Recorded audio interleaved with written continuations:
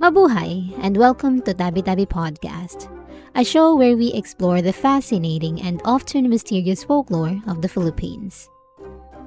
I'm your host Ethan, and in today's episode we are diving into the world of the Tamawo. Iloilo is a province in the Philippines' Western Visayas area. Iloilo, the capital city, is a heavily urbanized metropolis that serves as the regional hub of Western Visayas.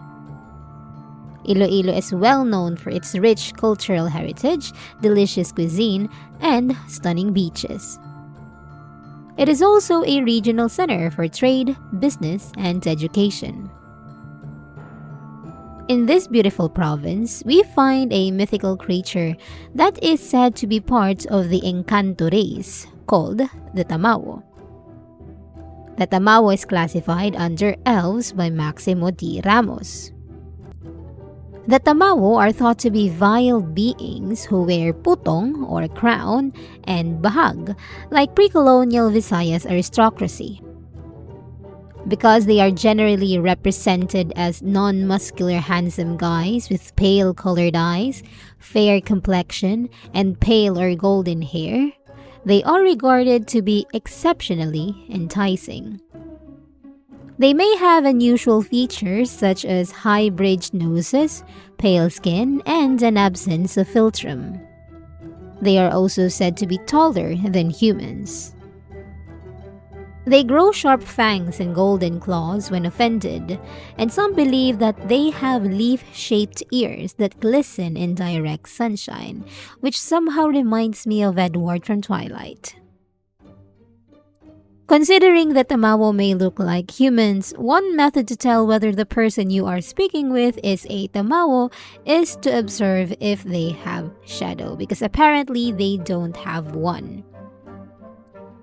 Now, like I said earlier, they frequently appear to be gorgeous young men and women, but their true form is that of small beings with unusually long hair that flows to the ground and aged skin.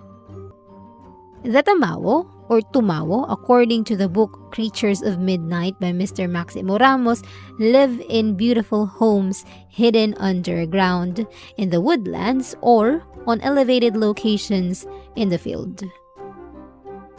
They have lived in large, dark, nunok trees, which are also known as balete trees.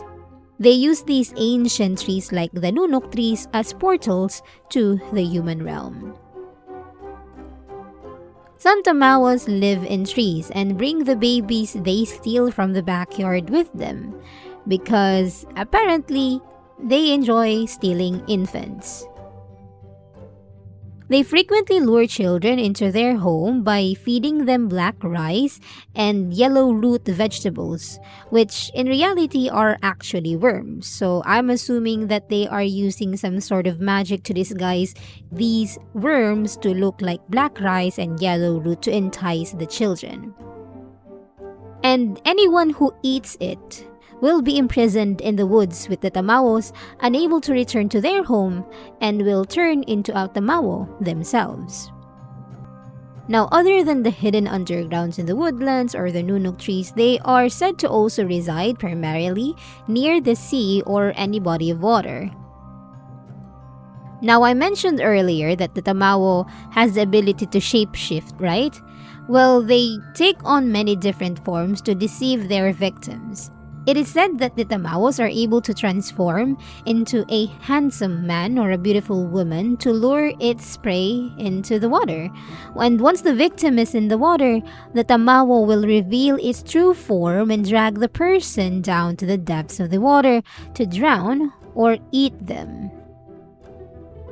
Some versions of the legend describe the Tamawo as a supernatural being who seeks revenge on humans for polluting or disrespecting the environment. Others believe that the Tamawo is a cursed human who was transformed into a water-dwelling creature because of their evil deeds or disrespect for nature. A post on Night Skyly's blogspot said that the Tamawo are invariably male in numerous stories. It is stated that because the Tamawos are completely male, they cannot reproduce females and hence must entice mortal women to procreate. I don't believe that they just abduct women by taking them from their homes. I believe they seduce them with love or the illusion of affection. Now, why do I say this? You see, there have been reports of male Tamawo hypnotizing women into having sexual contact with them. After then, when the lady becomes pregnant and finally delivers birth, the child is whisked away by his father, which is the Tamawo, and the entire incident or agony will be recalled as a dream or a nightmare by the woman.